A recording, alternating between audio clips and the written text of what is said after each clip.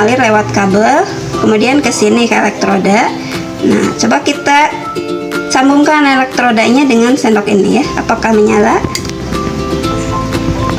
Menyala ya. Ternyata lampunya menyala. Artinya ada hantaran arus ya. Dari batu baterai ke kabel, kemudian masuk ke elektroda, lalu ini dihubungkan arusnya oleh sendok yang terbuat dari logam. Asam sulfat. Sekarang posisi lampunya mati ya, bisa dilihat. Kita celupkan. Nah, ternyata lampunya menyala terang, sama seperti tadi asam klorida atau HCl. Lampu menyala terang, berarti larutan asam sulfat ini dapat menghantarkan arus listrik dengan baik. Sekarang kita cek elektrodanya. Nah, ternyata di elektrodanya dihasilkan gelembung-gelembung gas. Terdapat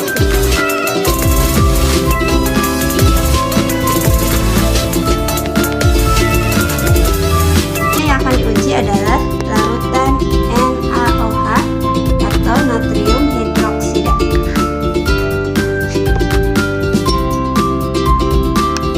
Ternyata lampu menyala terang. Lampunya menyala terang. Sekitar elektroda dihasilkan gelembung-gelembung gas ya. Gelembung gasnya lumayan banyak.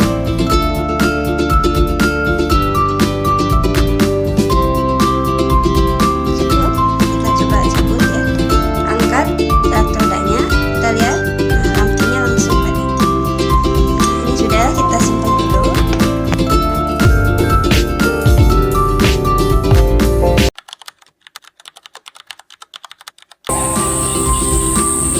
Di antara larutan yang diperiksa, larutan manakah yang mengandung zat terlarut berupa senyawa ionik dan senyawa kovalen?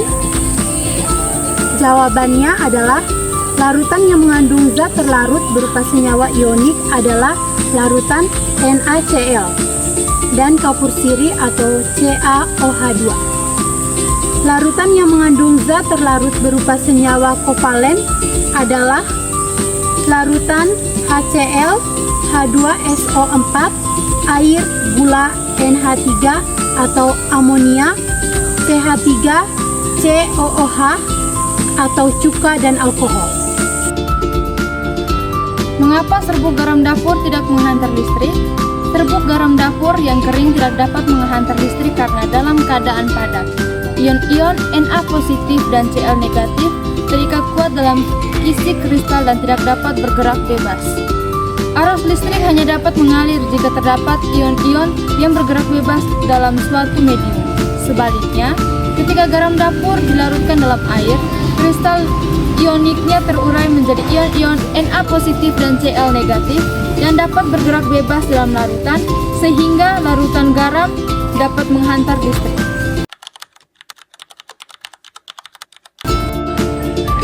Nomor 1. HCl cair tidak menghantar listrik, sedangkan larutan HCl dapat menghantar listrik. Dari faktor tersebut dapat disimpulkan bahwa jawaban yang benar adalah opsi B. HCl cair tidak terionisasi, tetapi apabila dilarutkan ke dalam air akan terionisasi. Alasannya karena larutan HCl ketika dilarutkan dengan air akan terionisasi menjadi ion positif dan ion negatif. HCl akan terbagi menjadi ion positif H+ dan ion negatif Cl-. HCl cair tidak terionisasi atau tidak dapat menghantarkan listrik, sedangkan jika dilarutkan dalam air, HCl terionisasi dan dapat menghantarkan listrik. Nomor 2. Larutan A dan larutan B diuji dengan alat uji elektrolit.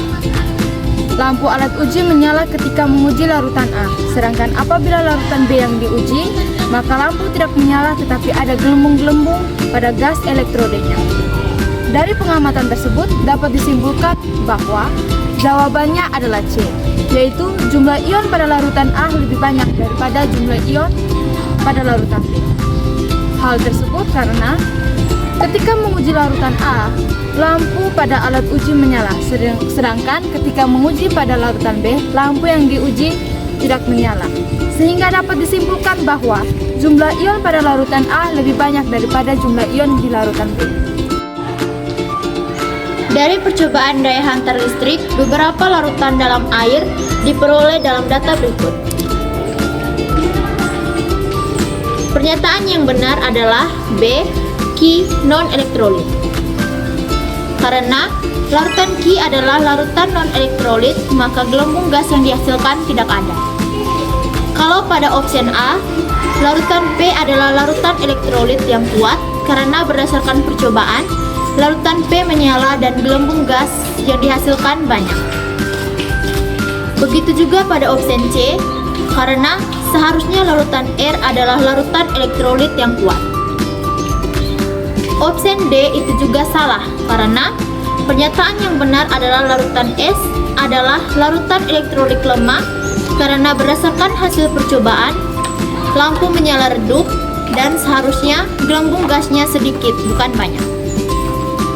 Dan option E adalah pernyataan yang salah karena berdasarkan hasil percobaan larutan E adalah larutan elektrolit sehingga lampu tidak menyala dan gelembung gas yang dihasilkan itu seharusnya tidak ada, bukan sedikit.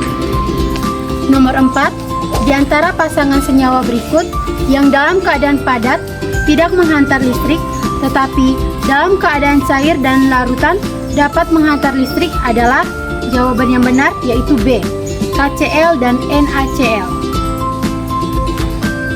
Jawabannya itu karena KCl dan NaCl adalah contoh senyawa ion yang dimana senyawa ion adalah senyawa yang dalam bentuk padat tidak dapat menghantar arus listrik, sedangkan dalam keadaan larutan atau cair dapat menghantarkan listrik karena ion-ionnya dapat bergerak dengan bebas. Nomor 5. Senyawa H2SO4 di dalam larutan berair akan terionisasi dengan reaksi. Jawaban yang tepat adalah A. H2SO4 akus menghasilkan 2H+ akus tambah SO4 2- akus. Sedangkan dalam bentuk larutan atau cair dapat menghantarkan listrik karena ion-ionnya dapat bergerak dengan bebas.